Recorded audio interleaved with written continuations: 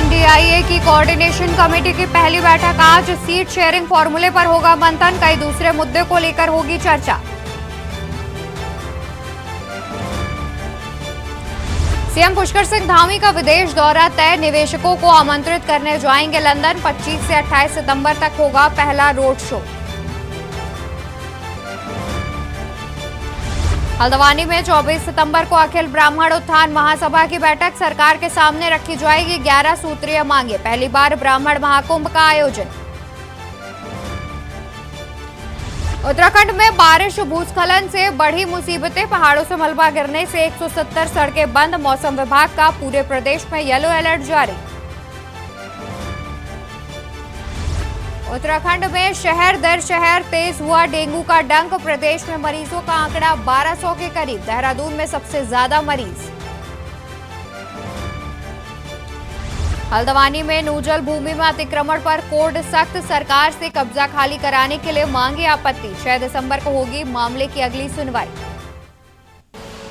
आप देख रहे हैं के न्यूज, खबरों का सारथी। नमस्कार, मैं हूं आपके साथ अवंतिका अवस्थी। बात करेंगे उत्तराखंड खबरों की और शुरुआत करते हैं राजधानी देहरादून से, जहां लोकसभा चुनाव को लेकर तैयारियों में जुटी बीजेपी। देहरादून में लोकसभा सीट को लेकर की जाएगी बैठक। आपको बता दें कि देहरादून में लोकसभा सीट को लेकर की गई है बैठक। इस बैठक में केंद्रीय मंत्री धर्मेंद्र प्रधान रहे मौजूद। बैठक में उन्होंने पार्टी पदाधिकारियों को दिए गुरु मंत्र। बैठक में पार्टी पदाधिकारियों को उन्होंने गुरु मंत्र दिए हैं। भारत का मॉडल ग्लोबल मॉडल बन चुका है। जनहित के कार्य जनता को पसंद आ रहे हैं। उत्तराखंड में 5 लोकसभा सीट को जीतना लक्ष्य है। कुछ इस प्रकार से गुरु मंत्र दिए गए हैं। आपको बता दें कि खबर देहरादून से है, जहां लोकसभा चुनाव को लेकर तैयारियों में जुटी हुई है बीजेपी। बता दें कि 2024 में होने वाले लोकसभा चुनाव को लेकर बीजेपी ने अभी से ही कमर कसनी चालू कर दी है। इस बैठक में केंद्रीय मंत्री धर्मेंद्र प्रधान भी मौजूद रहे हैं, साथ ही उन्होंने गुरु मंत्र दिए हैं। बैठक में उन्होंने पार्टी के पदाधिकारियों को गुरु मंत्र दिए हैं। उन्होंने कहा कि पदाधिकारियों को गुरु मंत्र दिए हैं। उन्होंने कहा कि भारत का मॉडल ग्लोबल मॉडल बन चुका है। जनहित के कार्य जनता को पसंद आ रहे हैं। उत्तराखंड में 5 लोकसभा सीट को जीतना लक्ष्य है। खबर देहरादून से, जहां लोकसभा चुनाव को लेकर तैयारियों में जुटी बीजेपी। देहरादून में लोकसभा सीट को लेकर की गई बैठक।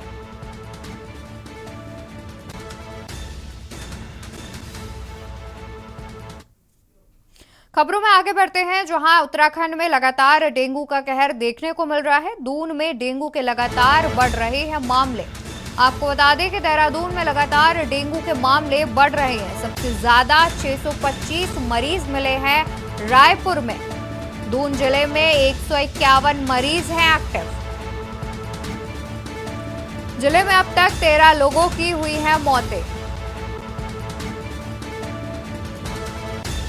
खबर देहरादून से, जहां डेंगू के लगातार बढ़ रहे हैं मामले। लगातार डेंगू का डंक बढ़ता जा रहा है। मंगलवार को दून में डेंगू के 23 नए मरीज मिले हुए हैं। सभी मरीजों को अस्पताल में कराया गया है भर्ती। जिले में डेंगू के अब तक मिल चुके हैं 705 मरीज। अब तक 705 मरीज मिल चुके हैं जिले में।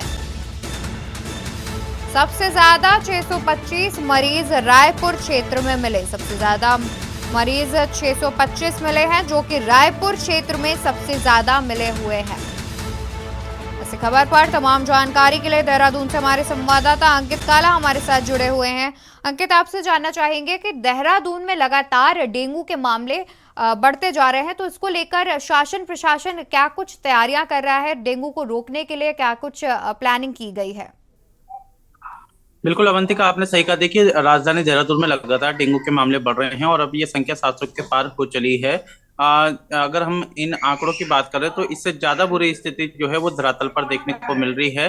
जो अस्पताल हैं वहां पर पांव रखने की जगह नहीं है, मरीजों की संख्या लगातार बढ़ रही है। अब ब्लड की बात करें या प्लेटलेट्स की बात करें, ऐसे तमाम अनगिनत केसेस हमारे सामने आए हैं जहां पर कि मरीजों को इन सब चीजों में काफी दिक्कतें हो रही है। तो कुल मिलाकर के दिक्कतें काफी ज्यादा है। और सबसे ज्यादा जो देहरादून का रायपुर क्षेत्र है, वहां पर अगर आप देखेंगे तो 600 से ज्यादा मरीज तो अकेले वहीं पर मिले हैं। तो यानी कि रायपुर विधानसभा क्षेत्र में विशेषकर कार्य करने की जरूरत है। अब जहां तक स्वास्थ्य विभाग की बात करें तो स्वास्थ्य विभाग की ओर से कल ही एक महाअभियान की शुरुआत की गई है। इसके तहत जो देहरादून की बात करते हैं हम, तो जो सबसे ज्यादा हॉट स्पॉट बने हुए हैं जिसमें रायपुर है और भी अन्य क्षेत्र हैं, तो जी। यहाँ पर स्वास्थ्य विभाग की तरफ से लोगों को जागरूक किया जा रहा है।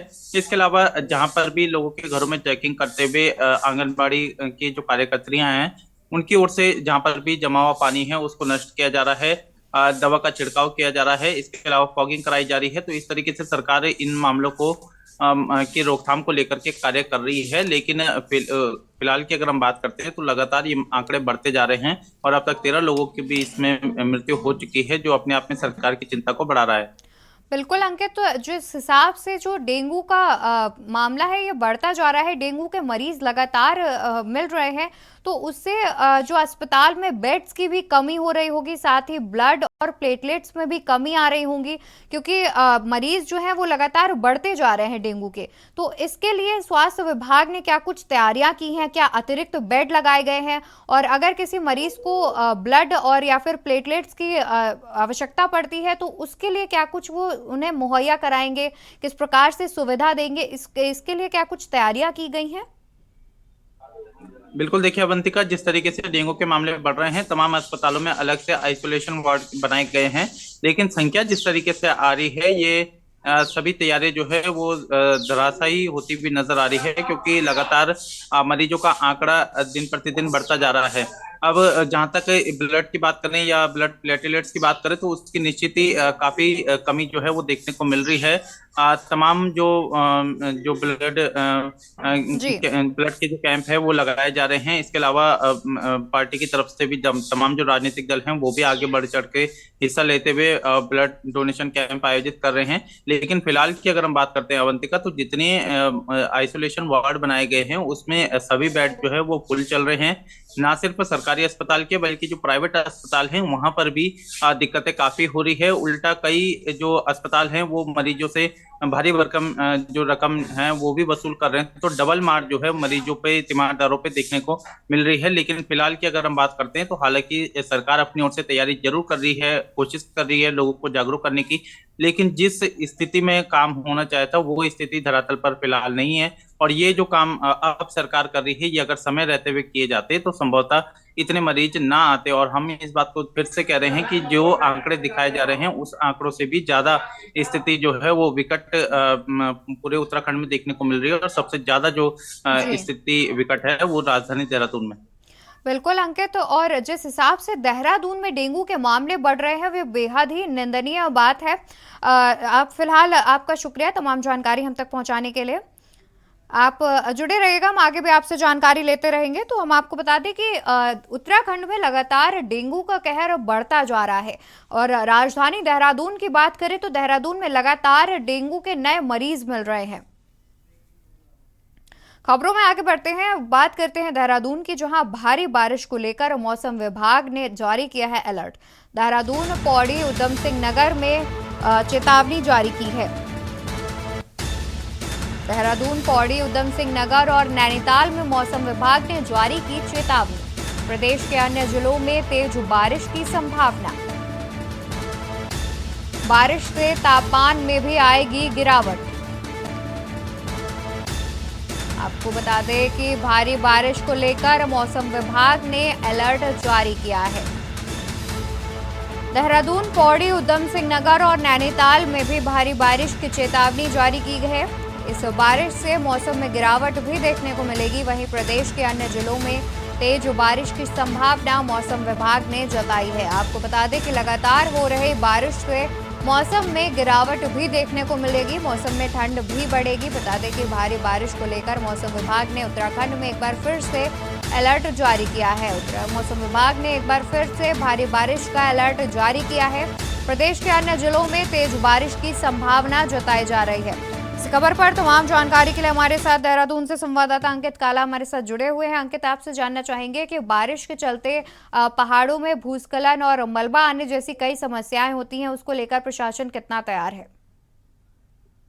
देखिए, प्रशासन की ओर से लगातार अपनी टीमों का गठन किया गया है और जगह जगह पर इन टीमों को स्थापित करते हुए कोशिश की जा रही है कि जहां पर की भूस्खलन की घटनाएं ज्यादा बढ़ती है वहां पर इन टीमों को रखा गया है। इसके अलावा तमाम जो अत्याधुनिक मशीनें हैं उसको भी जगह जगह पर रास्तों में, हाईवे में रखा गया है ताकि ऐसी कोई भी सूचना मिलने पर तत्काल मार्गों को खोला जा सके।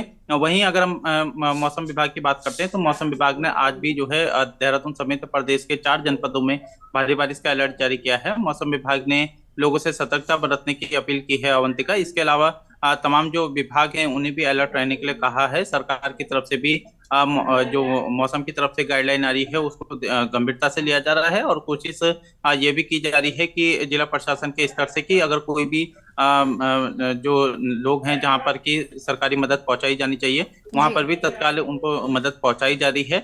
लेकिन अभी की भी अगर हम बात करते हैं अवंतिका, तो मौसम विभाग ने 4 जिलों में जो भारी बारिश का अलर्ट जारी किया है उनके मुताबिक आने वाले समय में तेज बारिश जो है वो देखने को मिल सकती है और जो पहाड़ी जनपद हैं वहां पर लैंडस्लाइडिंग की घटनाएं बढ़ सकती है। तो ऐसे में उन्होंने जो विशेषकर पहाड़ की यात्रा करने वाले लोग हैं उनसे सावधानी और सतर्कता बरतने की अपील की है।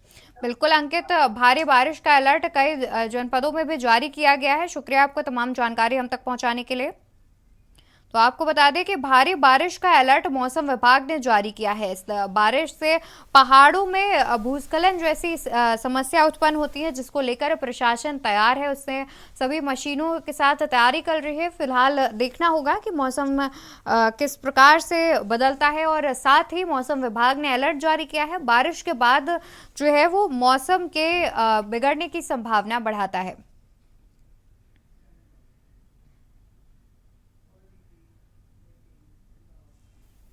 खबर जोशीमठ से है, जहां बद्रीनाथ राष्ट्रीय राजमार्ग पर पागनाले में बनेगी सुरंग।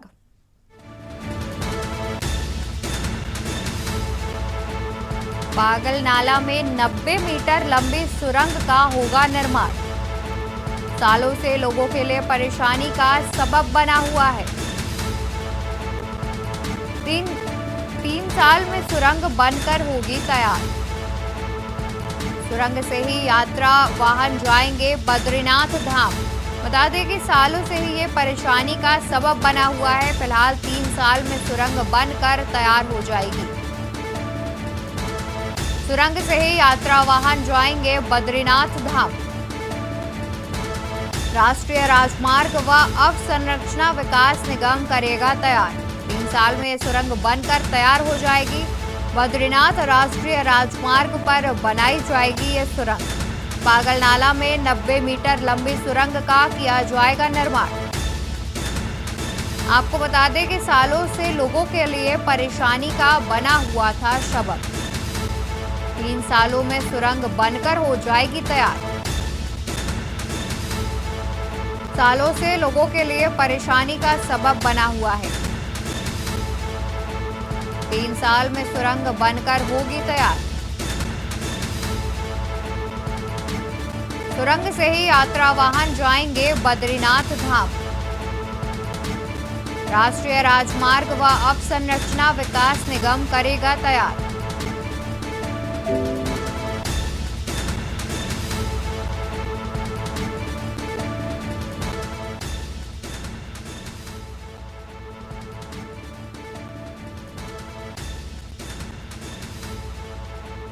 बता दें कि सालों से लोगों के लिए परेशानी का सबब बना हुआ है, जिसके बाद 3 साल में ये सुरंग जो है वो बनकर तैयार हो जाएगी। इसी सुरंग से बद्रीनाथ यात्रा के लिए लोग जाया करेंगे। आपको बता दें कि इसी सुरंग से जितने भी श्रद्धालु हैं वो बद्रीनाथ धाम के लिए जाया करेंगे। फिलहाल अभी इस सुरंग को बनने के लिए 3 साल का समय लगेगा।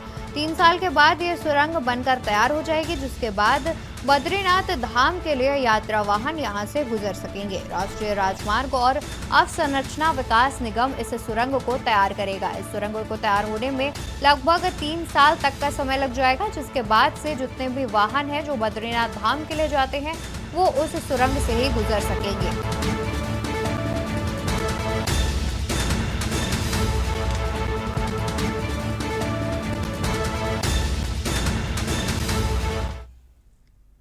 खबर देहरादून से है, जहां विधानसभा स्थित सभागार कक्ष में वन मंत्री सुबोध उनियाल की अध्यक्षता में उत्तराखंड जैव विविधता बोर्ड की समीक्षा बैठक आयोजित की गई। बैठक में मंत्री ने कहा कि जैव विविधता के क्षेत्र में हमें व्यवहारिकता की आवश्यकता है, जिसमें संकटात्मक प्रजातियों को बचाने के साथ साथ हर्बल फार्मिंग को बढ़ावा देकर किसानों की आजीविका बढ़ाने के साथ साथ जड़ी बूटियों को संरक्षित और संवर्धित करने का कार्य किया जाए।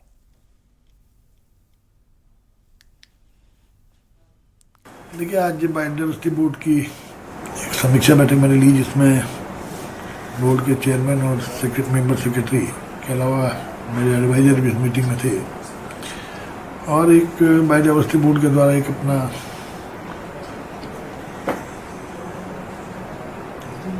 जो वर्किंग प्लान है, जो उन्होंने प्लान बनाया, उसको लेकर के चर्चा हुई।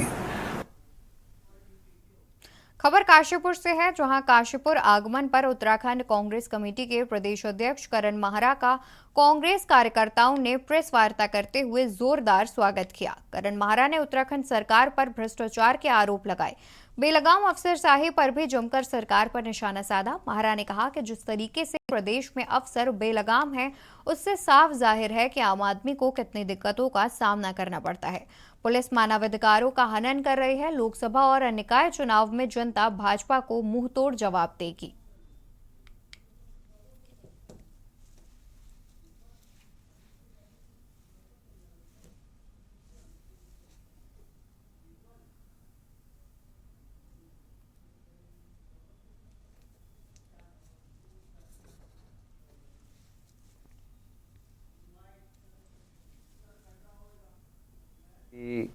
ने 2-3 जो ऐसे काम किए हैं। एक तो कैंट्स के जो कैंटोनमेंट एरियाज़ हैं, उसकी सिविल एरिया को लगे हुए या एडजॉर्निंग जो नगर पालिकाएँ हैं या नगर पंचायतें, उनमें एडजॉर्न उसमें मिक्स करने का इन लोगों का एक लेटर इशू हुआ है सेंट्रल गवर्नमेंट से, जिसमें एडीएम और डीएम्स जो हैं इसमें काम करेंगे। कितनी सिविल एरिया है, क्या पॉपुलेशन है और कितने एरिया को हम कैंट से अलग करके नोटिफाइड एरियाज में मिला सकते हैं। यहाँ रुकेंगे एक छोटे से ब्रेक के लिए। ब्रेक के बाद हाजिर होते हैं अन्य खबरों के साथ। ब्रेक से वापस आ गए हैं, रुक करते हैं खबरों का। खबर देहरादून से है, जहां डेंगू के बढ़ते मामलों की रोकथाम के लिए स्वास्थ्य विभाग ने 4 दिन का महाअभियान शुरू कर दिया है। स्वास्थ्य सचिव डॉक्टर आर राजेश कुमार के निर्देश पर यह महाअभियान शुरू किया गया है। उन्होंने सभी अफसरों से वीडियो कॉन्फ्रेंसिंग के माध्यम से इसकी रोजाना रिपोर्ट तलब की है। मिली जानकारी के मुताबिक शहर के 24 हाई रिस्क वार्डों में डेंगू रोकथाम महाअभियान चलाया गया। आशा और आशा फैसिलिटेटर ने सभी वार्डों में घर घर जाकर लार्वा साइट को चिन्हित किया और लार्वा को नष्ट किया। 5340 घरों का भ्रमण किया गया, जहां कुल 252 बड़ी छोटी लार्वा साइट को नष्ट किया गया।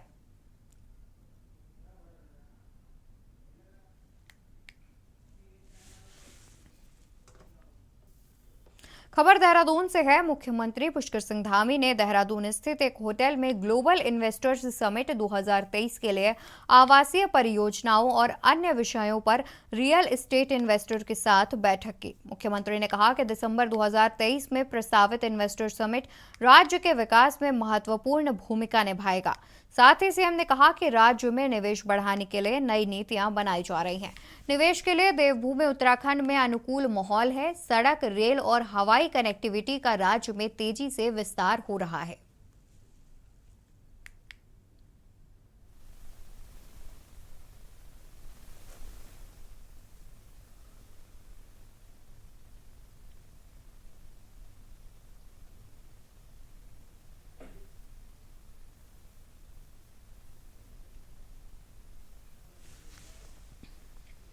खबर देहरादून से है, जहां केंद्रीय शिक्षा मंत्री धर्मेंद्र प्रधान ने देहरादून के विद्यालय शिक्षा निदेशालय नानुरखेड़ा में विद्यालय समीक्षा का लोकार्पण किया। इसके साथ ही प्रदेश के 142 पीएम श्री स्कूलों और 3 नेताजी सुभाष चंद्र बोस आवासीय छात्रावासों का शिलान्यास भी किया। कार्यक्रम में मुख्यमंत्री पुष्कर सिंह धामी ने उच्च शिक्षा मेधावी छात्रवृत्ति योजना और उच्च शिक्षा शोध प्रोत्साहन योजना का भी शुभारंभ किया। वहीं शिक्षा मंत्री डॉक्टर धन सिंह रावत ने बताया कि प्रदेश में पहले से 11 जिलों में आवासीय छात्रावास चल रहे हैं। आप प्लीज मंच पर आएंगे।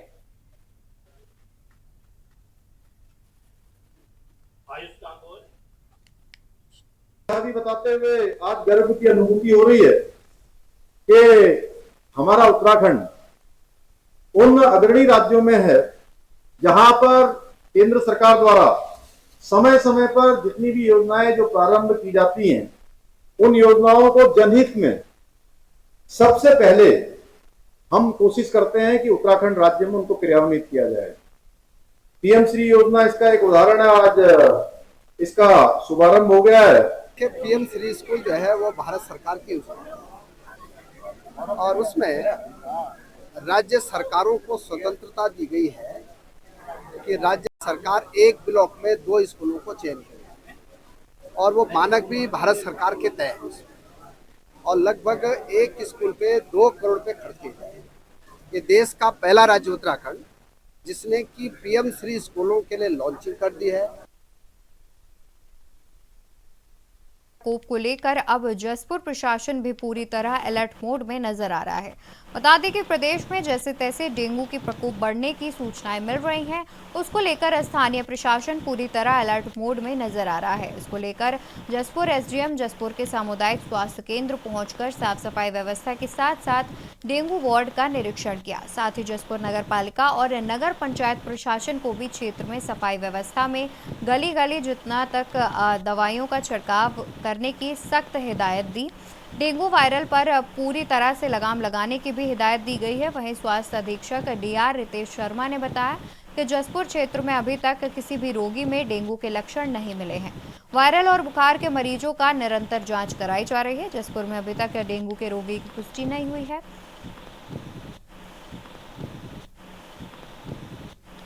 विगत 3 सितंबर को जिला आबकारी कार्यालय में ट्रैक्टर चोरी प्रकरण में पुलिस ने 4 और अभियुक्तों को गिरफ्तार किया है। उक्त मामले का खुलासा एसपी सिटी ने अपने कार्यालय में किया। साथ ही पुलिस ने इस प्रकरण में प्रयुक्त वाहन को बरामद कर लिया है। हुआ था जिसमें एक सरकारी कार्यालय से वहाँ की गवर्नमेंट प्रॉपर्टी जो एक माल मुकदमाती भी था उसके एक्सचेंज करने, उसको चोरी करके उसकी जगह दूसरा ट्रैक्टर खड़ा करने की घटना हुई थी। इसमें 2 अरेस्टिंग करके हम लोग पहले भी इसमें 2 अरेस्टिंग कर चुके हैं और जो ट्रैक्टर था वो भी हम लोग बरामद कर चुके हैं। इसमें लगातार इन्वेस्टिगेशन हम लोग कर रहे थे और उस इन्वेस्टिगेशन में आए फैक्ट्स के बेस पे हम लोगों ने 4 लोगों को और अरेस्ट किया इसमें, और उन 4 लोगों से भी हमें कुछ क्लूज मिले हैं जिसके हिसाब से हम लोग इन्वेस्टिगेशन में आगे बढ़ रहे हैं। इनके से एक कार भी बरामद हुई है जो घटना में प्रयुक्त हुई थी और कुछ फोन हमें बरामद हुए हैं इस घटना से संबंधित, और इसमें हम आगे इन्वेस्टिगेशन कर रहे हैं और जो भी फैक्ट्स आते हैं इन्वेस्टिगेशन में उसके हिसाब से इसमें अग्रिम कार्रवाई भी की जाएगी। उत्तराखंड खबरों में मेरे साथ फिलहाल इतना ही। आप देखते रहिए के न्यूज इंडिया। आप देख रहे हैं के न्यूज, खबरों का सारथी।